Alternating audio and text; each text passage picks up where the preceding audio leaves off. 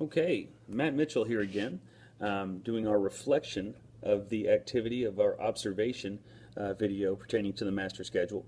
Um, just a little description and some evidence of what was observed during the field activity.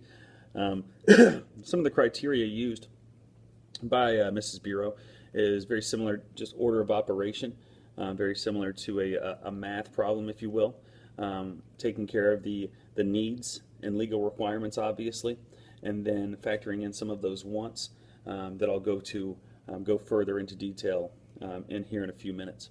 In order to maximize instruction, efforts are made to allow breaks from the classroom at specific times. Lunch, specials, departmentalized rotations, pull-out programs. Specifically with our pull-out programs, we do our best on campus to try to link the times in which they will be pulled out for either maybe ESL, our Take Flight, which is our dyslexia program, any of our other pull-out programs. Try to pull out at the same time so that it causes the least amount of interruption and disruption with our classrooms.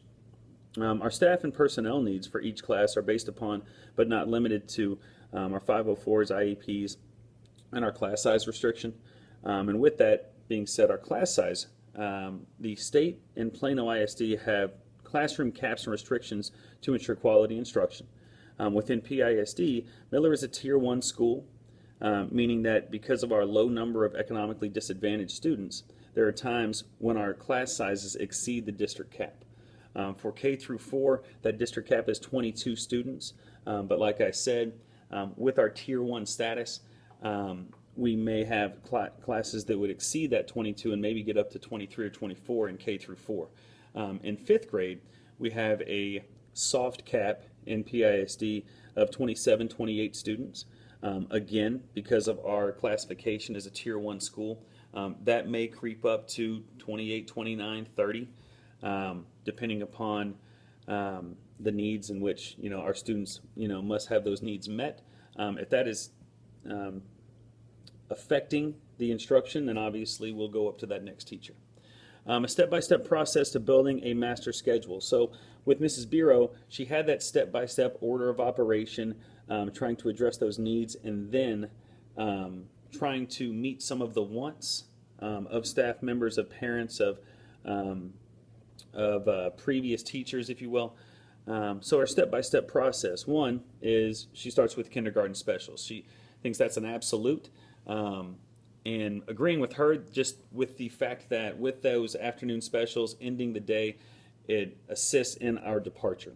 So having those kindergartners that have had that long day get a little activity right there at the end of the day to keep them a little bit focused through the end, and then setting them up for success as far as departure and getting them home safely.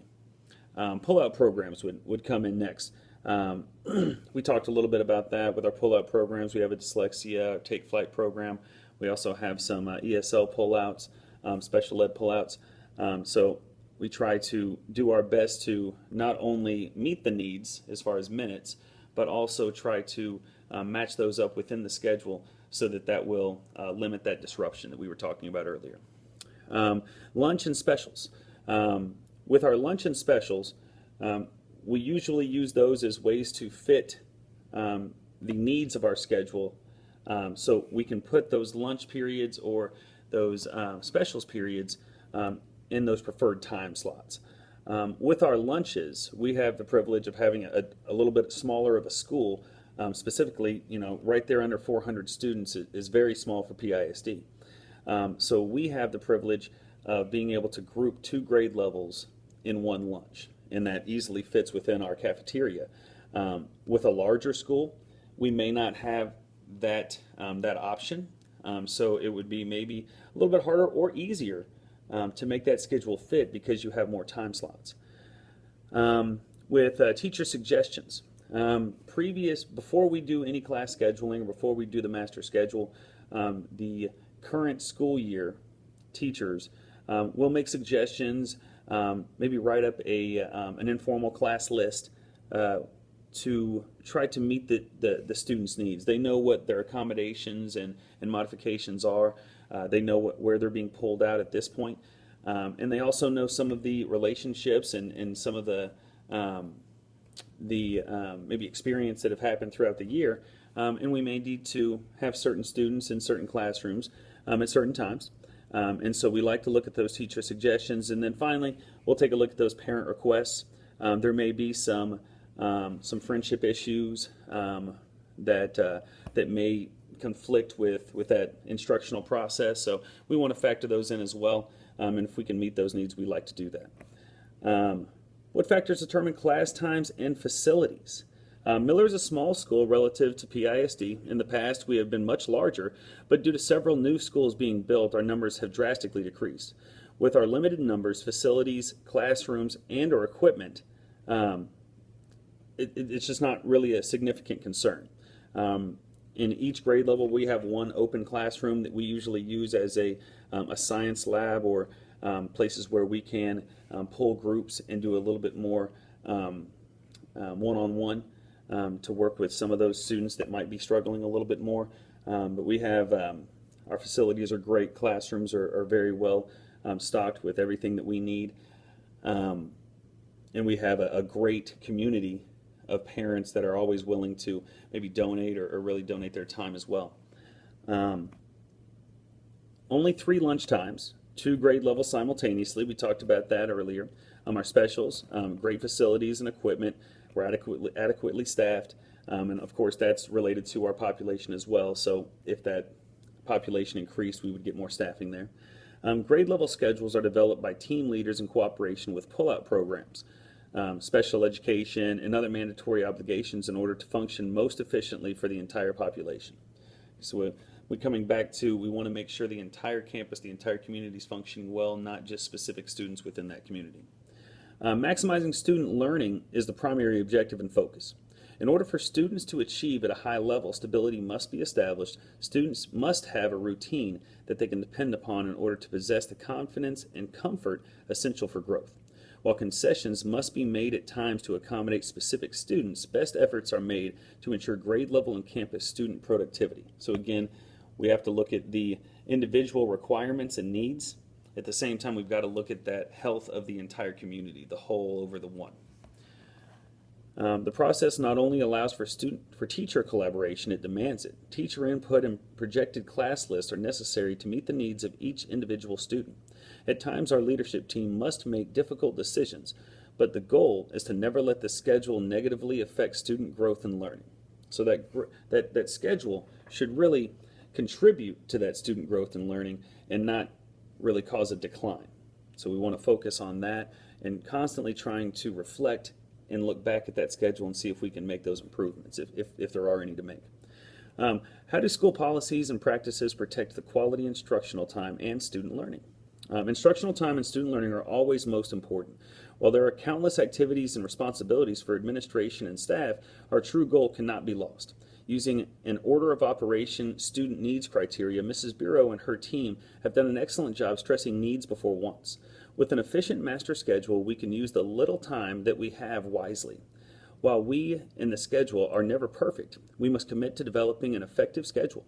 We must also reflect periodically in order to ensure our predictions and assumptions are proving true and are in fact effective for the entire population. We must meet the needs of the few while also meeting the needs of the many. It's a very difficult combination there. How is teacher planning time allocated to ensure collaboration? Daily teacher planning time is written into our schedule. While our students are at specials, classroom teachers are allotted 45 to 50 minutes to plan with their team. In order to collaborate with other teachers throughout the building and vertically align our practices, Miller regularly participates in content-specific groups, language arts, math, social emotional groups. Planning with your team has an immediate effect on instruction and learning, while vertically aligning our process will have a positive effect for years to come. It goes back to students needing to feel confident and comfortable in their learning environment. And if we're vertically aligning our practices, they're comfortable going from grade level to grade level despite those challenges and increases in rigor. A reflection. What went well? I feel the activity went well. Initially, the 35 minutes seemed like forever, but properly preparing for the activity proved to be incredibly beneficial. Previously, researching and developing relevant questions was very helpful. Many of the questions created opportunities for discussion and, more importantly, learning. Many of the questions, like I said, created other questions that were relevant to the topic, and there were great opportunities for me to learn about what I would do maybe the same or differently going forward with a master schedule. What would you change? If I were to complete the activity again, I would write and research more lines of questioning. The meeting was incredibly informative. Many of Mrs. Bureau's answers spawned more questions that we weren't able to address. Most of my downfalls during the activity was due to my lack of knowledge related to the master schedule.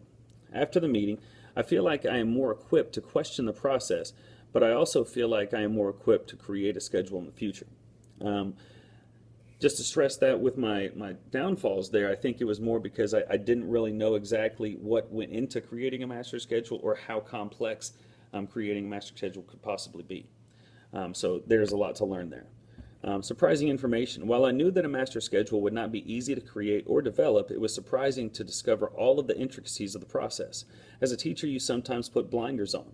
You are so hyper-focused on your specific goals for your students, you forget the challenge that is unifying a campus vision. An efficient master schedule will project the campus vision, but also address the needs of all grade levels and students.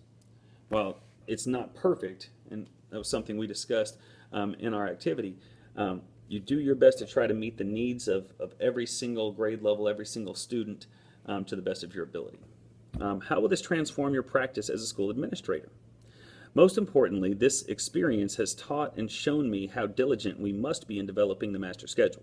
The master schedule allows, but could also prevent student growth in instructional time. We must always weigh the positives and negatives in every task as an administrator.